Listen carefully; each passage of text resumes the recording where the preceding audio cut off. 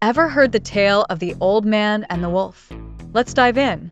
In Native American mythology, the old man is a wise figure. He embodies the spirit of nature and the wisdom of the ages.